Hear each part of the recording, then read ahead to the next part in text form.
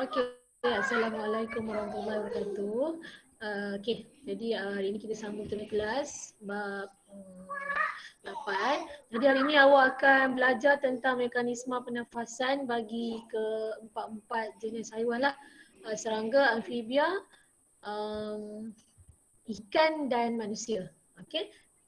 Jadi kita mulakan dengan mekanisme pernafasan serangga terlebih dahulu. Okey, kita recall sikit apa yang kita belajar last week, iaitu perbezaan antara keempat-empat tambah satu lagi Malaysia. Beza antara keempat-empat jenis organisma ni lah. Okey, pada serangga dia menggunakan sistem trakeol, ikan filamen dalam helai insang, katak kita guna kulit paru dan manusia sebagai alveolus. Jadi keempat-empat ni berbeza organisma tapi ciri-ciri penyelesaian dia sama saja. Pertama, banyak kapilari darah. Kedua, setebal satu sel saja. Ketiga, mestilah lembab. Okey, jadi penyesuaian dia adalah samalah. Okey, dan semua ni nisbah jumlah luas permukaan juga mestilah tinggi. Jadi menggunakan konsep yang sama saja. Dan untuk hari ini kita akan tengok macam mana pernafasan tu dilakukan, macam mana dia bertindak. Okey. Jadi pertama sekali pernafasan. Pernafasan adalah proses tarik dan hembus nafas dan ianya berulang. Ya? Pergerakan yang berulang-ulang. Jadi dia bukanlah satu proses tarik dan hembus nafas sahaja pada sekali, bukan. Dia mesti berulang. Jadi dengan itu kita panggil dia sebagai pernafasan. Okey, kita mulakan dengan pernafasan serangga terlebih dahulu. Okey. Ingat, serangga dia tiada sel darah merah. Dia tiada sel darah merah yang boleh mengangkut oksigen. Maka dia hanya menggunakan sistem trakeol saja. Dan udara ni keluar dan masuk daripada trakea ni macam mana dibantu dengan pengenduran dan pengetutan otot abdomen sahaja. Okey, ini adalah seekor belalang. Okey, seekor belalang. Spirakal ni adalah bukaan keluar masuk udara lah. Keluar masuk udara ke dalam sel dan daripada sel. Jadi oksigen akan masuk supaya sel boleh melakukan respirasi dan menghasilkan tenaga, dan hasil daripada proses respirasi iaitu tenaga, air dan karbon dioksida. Jadi karbon dioksida akan keluar melalui pintu spirakal juga, melalui laluan yang sama. Okay, jadi semasa menarik nafas, otot abdomen akan mengendur. Maksudnya dia dalam keadaan relax lah. Bila keadaan dia relax, semasa otot ni berada dalam keadaan relax, semasa keadaan ini relax, tekanan udara dalam trakea akan menurun dan udara akan terpaksa masuk ke dalam trakea. Ingat, dia memenuhi konsep pergerakan tekanan separa. Dia ni lebih kurang macam konsep osmosis. Daripada kawasan yang banyak ke kawasan yang sedikit. Jadi, bila otot abdomen ni relax, okay, keluasan dia bertambah, maka tekanan dia akan berkurang. Tekanan udara dalam sel ni, dalam otot ni, tekanan udara di dalam trakea ni rendah berbanding dengan tekanan di luar. Jadi nak tak nak, udara dari luar terpaksa masuk ke dalam trakea. Terpaksa masuk sebab perbezaan tekanan separa. Tekanan separa yang tinggi di luar terpaksa masuk ke dalam trakea yang mempunyai tekanan udara yang rendah. Dia adalah satu proses yang tidak boleh dikawal lah. Dia berlaku secara semula jadi. Udara ni bergerak daripada kawasan yang tinggi ke kawasan yang sedikit. Di luar badan belalang ni banyak oksigen. Di dalam badan belalang ni kurang oksigen. Macam mana? Sebab otot abdomen dia mengendur, luas bertambah, tekanan berkurang. Ini yang kita belajar dalam fizik kan. Dia saling berkaitan lah. Dan bila tekanan dalam berkurang, jadi udara di luar yang lebih tekanan tinggi akan masuk ke dalam trakea melalui spirakal ni. Okay. Semasa membernafas, otot abdomen akan mengecut. mengecut, luas jadi pendek, luas menjadi rendah, luas menjadi kecil dan tekanan udara meningkat. Bila tekanan udara di dalam trakea ni lebih meningkat, bila tekanan dalam ni meningkat berbanding dengan tekanan udara di luar daripada spirakel ni, maka udara pun terpaksa keluar daripada badan belalang. Terpaksa keluar. Kenapa? Sebab tekanan di dalam trakea ni lebih tinggi daripada tekanan udara di luar. Kenapa tekanan udara di dalam trakea ni lebih tinggi? Kerana otak-otak abdomen dia mengecut. Bila otak mengecut, luas jadi rendah, tekanan jadi tinggi. So udara terpaksa, atau udara akan dipaksa keluar. Okey, di sini ada, ya Allah, sorry lah korang. Bising lah hai.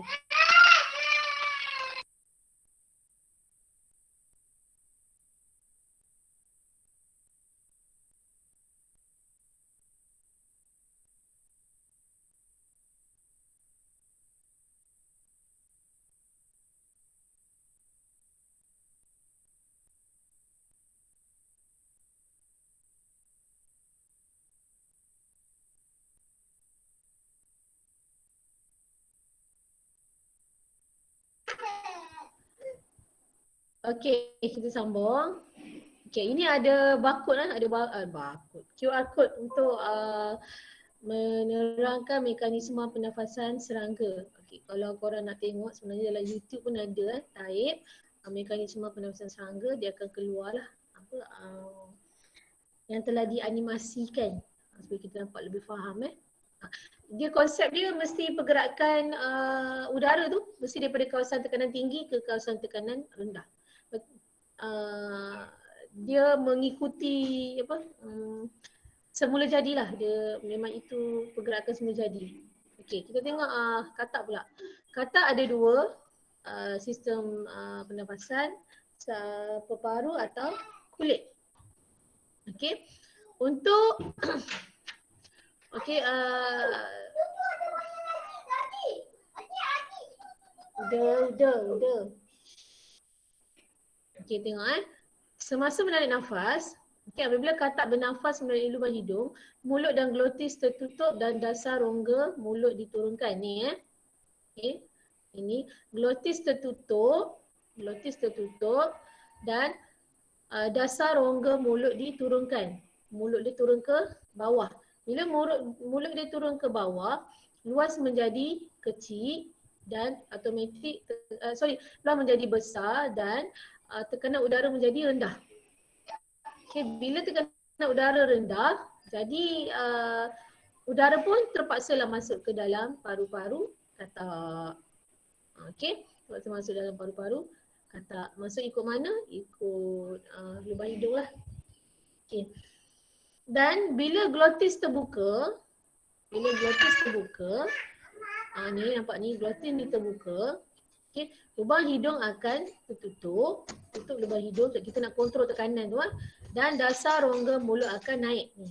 Mulut ni dasar bawah dia ni akan naik. So bila naik, automatik tekanan udara di sini akan dipaksa masuk ke dalam paru-paru.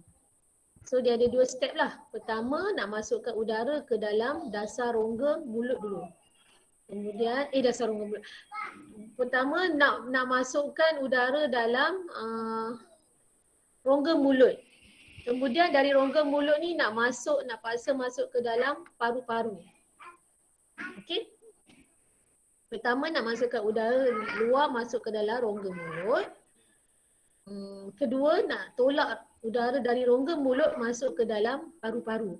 Dua step untuk tarik nafas. Pertama,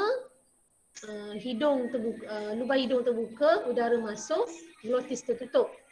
Kemudian dah tutup lubang hidung, glotis pula terbuka, udara dalam rongga mulut tu dipaksa masuk ke dalam paru-paru.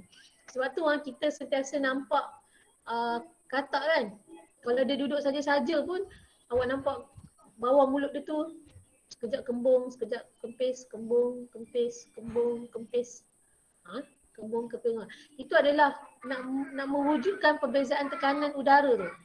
Nak wujudkan perbezaan tekanan udara supaya udara dari luar boleh dipaksa masuk. Kemudian bila dah masuk, nak dipaksa masuk ke dalam paru-paru pula. Okey. Kemudian semasa hembus nafas, apabila paru-paru mengecut, udara akan disingkirkan daripada paru-paru. Hal ini akan dibantu oleh tekanan abdomen dan sifat kekenalan paru-paru lah. Maksudnya paru-paru itu sendirilah akan membantu pengecutan dia sendiri ya. Kemudian sebahagian udara akan keluar melalui lubang hidung dan selebihnya akan bercampur dengan udara di dalam rongga mulut. Maksudnya bila dia hembus nafas tu akan ada dua kemungkinan. Pertama, akan ada udara yang terkeluar daripada lubang hidung dan akan ada kemungkinan lagi tidak akan terkeluar dan dia stay. Dia akan bercampur dengan udara yang akan masuk nanti di dalam rongga mulut. Okay. Jadi ada 3 step lah. Okay, pertama untuk isi rongga mulut dengan udara. Kemudian nak paksa udara daripada rongga mulut tu masuk dalam paru-paru. Dan last sekali barulah proses hembus nafas. Maksud dia ada 3 step. Okay. Tapi yang awak kena faham, yang awak kena tahu, dia sama macam serangga tadi lah. Mewujudkan perbezaan tekanan supaya udara boleh keluar masuk. Okay. Kemudian untuk ikan pula, okay, kalau ikan dia akan dibantu oleh mulut dan operculum. Operculum ni yang pipi ikan tu. Pipi ikan tu itu adalah operculum. Okay. Ikan akan buat ventilasi, ventilation, dengan cara berenang dan membuka dan tutup operculum ni. Mulut ikan ni, yang mulut, bukan mulut pipi ikan ni akan terbuka, tutup. Kenapa? Untuk nak mendorong atau memaksa air masuk ke dalam mulut. So bila air masuk ke dalam mulut ni, seterusnya akan melalui insang. Okey, dan ventilasi ni akan meningkatkan pengaliran air pada permukaan respirasi. Permukaan respirasi itu adalah permukaan mana-mana sel yang nak lakukan respirasi lah. Okey, macam dalam insang ni, air akan melalui tengah-tengah lamela tu. Okey. Ini adalah dia punya mekanisme. Okey, ini insang ada 4 keping ada 4 keping. Okey, bila tarik nafas, mulut akan terbuka, air akan dipaksa masuk. Pada masa yang sama, dasar rongga mulut akan diturunkan. Okey, bila dasar rongga mulut diturunkan, air akan masuk, operculum akan dibesarkan.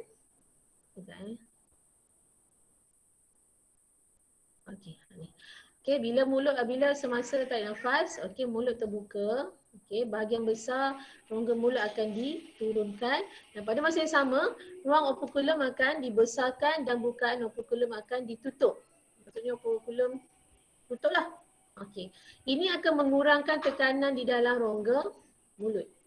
Okey, akan mengurangkan tekanan di dalam rongga mulut. Jadi bila tekanan rongga di dalam mulut berkurang, air dari luar akan akan terlarut, air akan masuk mulut. Untuk ikan, satu benda yang bukan ikan je lah, udang ke, sotong ke, apa-apalah semua hidupan dalam laut, awak kena ingatlah oksigen dan karbon dioksida ni adalah 2 gas yang boleh larut dalam air. Okay. Menerangkan macam mana macam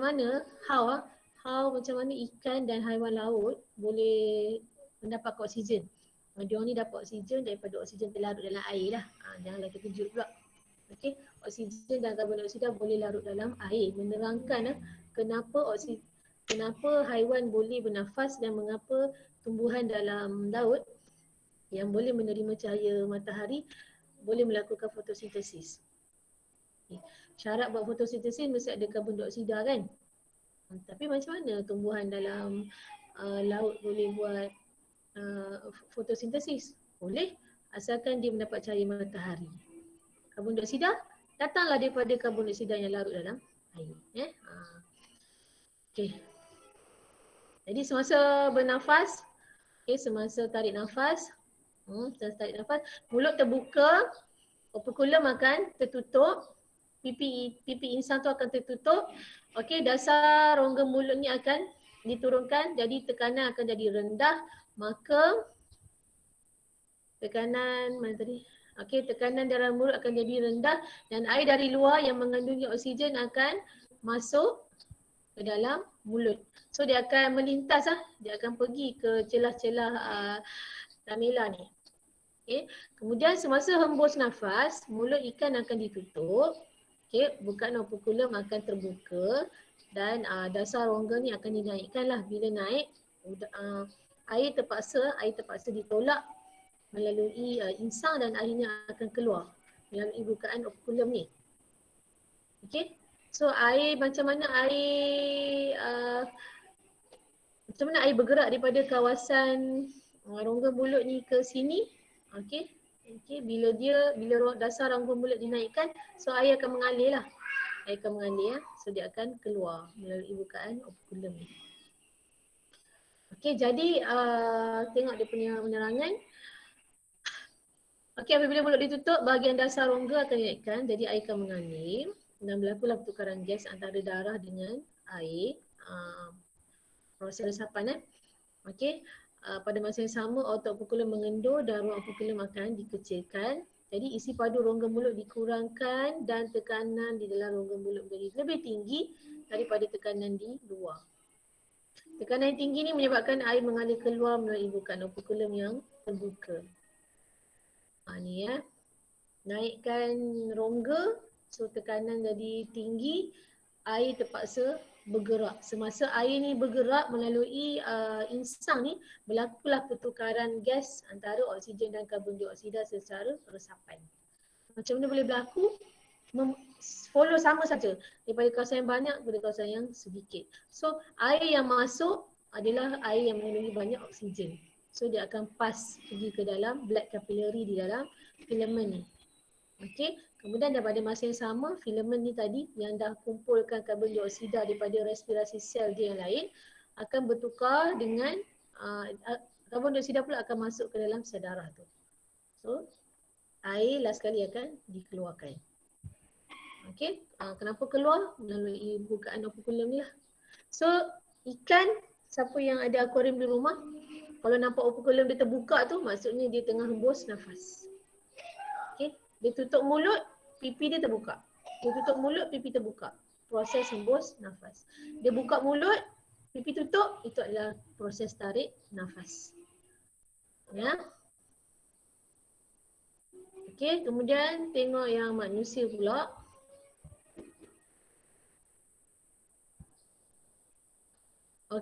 Mekanisme pernafasan manusia ni, semua orang letak tangan atas dada ni, bawah tulang leher ni. Letak. Cuba tarik nafas, sembun nafas. Korang akan rasa tulang rusuk naik dan turun. Bila tarik nafas, tulang rusuk naik. Bila korang bernafas, tulang rusuk akan turun.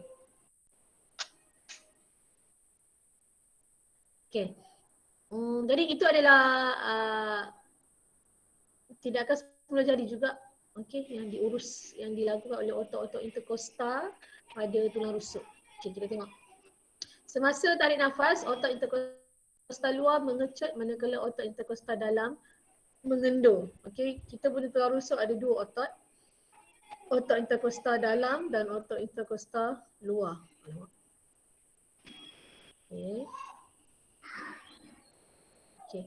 Tindakan ini akan menyebabkan sangkar rusuk dinaikkan ke atas dan ke arah depan. Tarik nafas, tulang rusuk akan naik atas dan ke depan. Pada masa yang sama, otot diafragma akan mengecut. Ni, diafragma ni, yang merah ni. Akan mengecut dan diafragma akan turun ke bawah menjadi leper dan mendatar.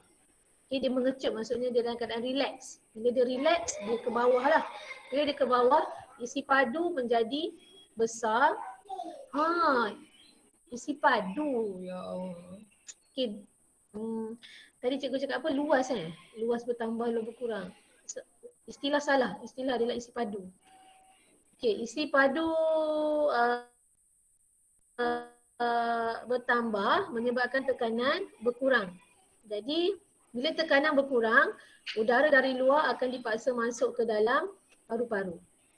Ya, pada masa yang sama otak dapat mengecut, dapat menurun ke bawah. Jadi kedua-dua pergerakan ini menyebabkan isi padu rongga toraks bertambah dan tekanan rongga toraks berkurang. Ya. Isi padu bertambah sebab tiga aktiviti. Aktiviti pertama, otot interkostal luar mengecut. Aktiviti kedua, interkostal dalam mengendur. Aktiviti ketiga, diafragma mengecut. Okey, kemudian bila isi padu dalam paru-paru menjadi besar, tekanan menjadi rendah. Jadi udara akan dipaksa masuk secara automatik ke dalam hidung atau melalui mulut terus ke dalam paru-paru. Dan proses yang sebaliknya berlaku semasa kita hembus nafas. Okey, bila kita hembus nafas, otot interkostal luar pula akan mengendur, otot interkostal dalam pula mengecut, menyebabkan sangkar rusuk bergerak ke bawah dan ke dalam. Dan pada masa yang sama, otot diafragma akan mengendur dan melengkung ke atas membentuk kubah. Nampak ni? Dia naik ke atas. Bila dia naik ke atas, dia menyebabkan isi padu di sini menjadi kecil. Bila isi padu menjadi kecil, tekanan akan meningkat. Bila tekanan meningkat, udara akan dipaksa keluar daripada paru-paru. Okey. Dia perkara yang sebaliknya berlakulah. Kalau dia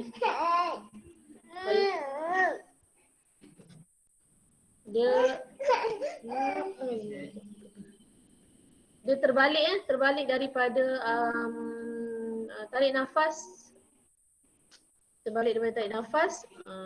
kemudian boleh hembus. Okey, jadi apakah perbezaan dan apakah persamaan antara empat pernafasan ni? Okey, pertama persamaan dia keempat-empatnya melibatkan struktur khas yang berotot. Maksudnya semua ada otot. Semua otot yang boleh mengecut dan mengendur. Jadi pergerakan otot yang mengecut dan mengendur ni, okey, dia panggil ni mengembang. Tak salah. Jadi pergerakan otot yang mengecut dan meregang ni akan menyebabkan rongga pernafasan ni sama ada dia kecut atau dia kembang. Okey, dia sama ada dia kecut atau kembang mengikut pergerakan otot. So kalau otot tu mengecut, ruang udara, ruang yang sekelilingnya mungkin akan menjadi besar, akan menjadi kecil.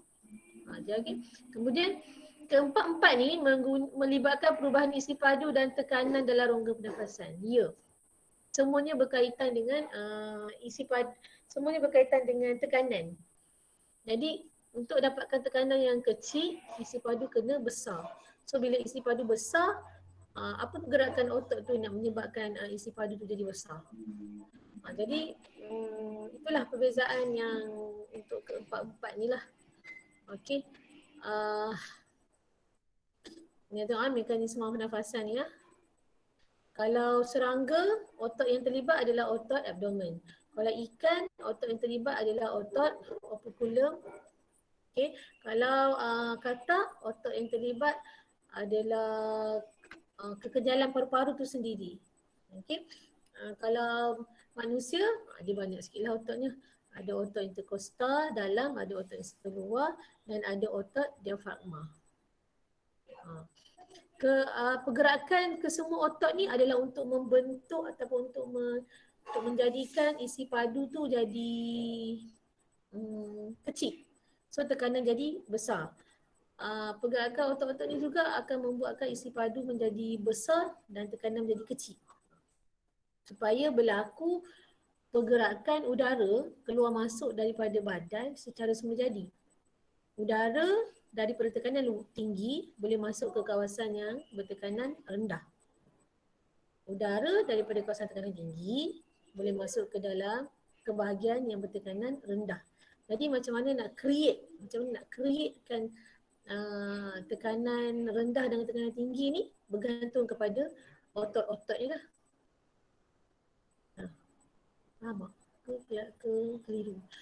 Otot, pergerakan otot untuk membantu membina ruang isi padu. Kalau isi padu tinggi, tekanan rendah. Jadi udara dari luar terpaksa masuk. Nak hembus nafas pula, kena jadikan isi padu dalam paru-paru rendah supaya tekanan menjadi tinggi. Bila tekanan daripada dalam badan tinggi, maka udara daripada badan pula terpaksa keluar ke ruang luar.